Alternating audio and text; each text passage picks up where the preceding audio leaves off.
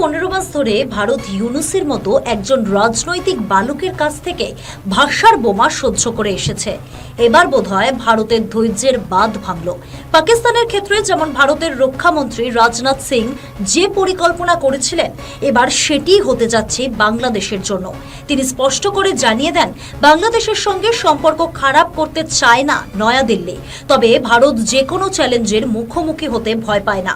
ভারত বাংলাদেশের সঙ্গে উত্তেজনাপূর্ণ সম্পর্ক না চাইলেও ইউনূসের বক্তব্য এবং কাজকর্ম দেখে ভারতের সতর্ক থাকা উচিত। কারণ বাংলাদেশের সরকার পরিবর্তন হয়েছে যেন শুধু ভারত বিরোধিতা নয়, ভারতের সঙ্গে যুদ্ধ করার জন্যই। যা দেখা গেছে, ইউনূস সাহেব ক্ষমতা দখলের আগে থেকেই ভারতকে হুঁশিয়ারি দিতে শুরু করেছিলেন এবং যখন যে দেশে গেছেন সেখানেই ভারতের সেভেন সিস্টার্স এবং শিলিগুড়ি করিডোর নিয়ে বিতর্কিত মন্তব্য করেছেন।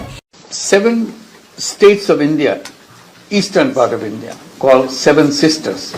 They are landlocked country, landlocked region of India. We are the only guardian of the ocean for all this region. So this opens up a huge possibility. So this could be an extension of the Chinese economy. Bharat এতদিন চুপ ছিল। এতদিন বাংলাদেশকে পর্যবেক্ষণ এবং গোয়েন্দা তথ্য নিয়ে ভারত বুঝেছে বাংলাদেশের বিভিন্ন জায়গায় চীনা যুদ্ধ সরঞ্জাম মজুত করা হচ্ছে এবং চীনের সঙ্গে বাংলাদেশের গোপন চুক্তি হচ্ছে, যার মর্ম হলো ভারত বাংলাদেশ আক্রমণ করলে চীন আন্তর্জাতিক মঞ্চে বাংলাদেশকে সমর্থন করবে।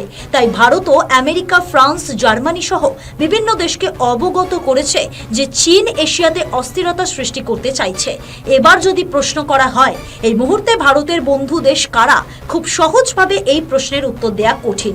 কারণ বৈদেশিক বন্ধুত্ব ততক্ষণ স্থায়ী হয় যতক্ষণ স্বার্থ থাকে, বিশেষ করে চীন আমেরিকার মতো দেশগুলির ক্ষেত্রে। আর কিছু বন্ধু থাকে তারা স্বার্থ দেখে না, পরম্পরা এবং প্রতিজ্ঞা দেখে। ভারতের জন্য যেমন রাশিয়া এবং ইসরায়েল। আবার কোথাও বন্ধু তৈরি হয় মানবতা এবং ভালোবাসা দিয়ে, যেমন ভারত আফগানিস্তান। যখন চীন বা আমেরিকার সঙ্গে ভারতের কোনো চুক্তি হয় তখন ভারতের শত্রুদের সমাজ মাধ্যম বা ছোটখাটো গণমাধ্যম থেকে সাবধান করা হয়। কিন্তু ভারতের শত্রু দেশগুলির মাথায় যারা বসে আছে তারা জানে এই সম্পর্ক স্বার্থের, তাই তারা বিচলিত না হয়ে অপেক্ষা করে। কিন্তু যাদের রাজনৈতিক, আর্থিক এবং সামরিক ক্ষমতা সীমিত, তাদের উচিত প্রতিবেশী দেশগুলির সঙ্গে সমঝোতা করে চলা। যেমন বাংলাদেশের বর্তমান সরকার। বাংলাদেশের বর্তমান ইউনূস সরকার এতটাই বোকা যে তারা বুঝতেই পারছে না যে দেশগুলি তাকে ব্যবহার করে ভারতের সঙ্গে প্রতিযোগিতায় জিততে চাইছে, তারা শেষ পর্যন্ত সহযোগিতা করবে না। এখন বাংলাদেশের বর্তমান সরকার যারা বিদেশি সহায়তায় ক্ষমতা দখল করে আছে, তারা ভাবছে ভারত বিরোধিতাই তাদের ক্ষমতায় থাকার একমাত্র চাবিকাঠি। কিন্তু ভারত যদি কিছুদিনের জন্য সেই বিদেশি শক্তির সঙ্গে সমঝোতা করে নেয়, তাহলে ভারত যখন বাংলাদেশের বিরুদ্ধে কোনো ব্যবস্থা নেবে তখন সেই বিদেশি শক্তি কোনো প্রতিবাদ না করে চুপ করে বসে থাকবে। যেমন আমেরিকা। ভারত আমেরিকার কাছে 113টি তেজস ইঞ্জিনের অর্ডার দিয়েছে।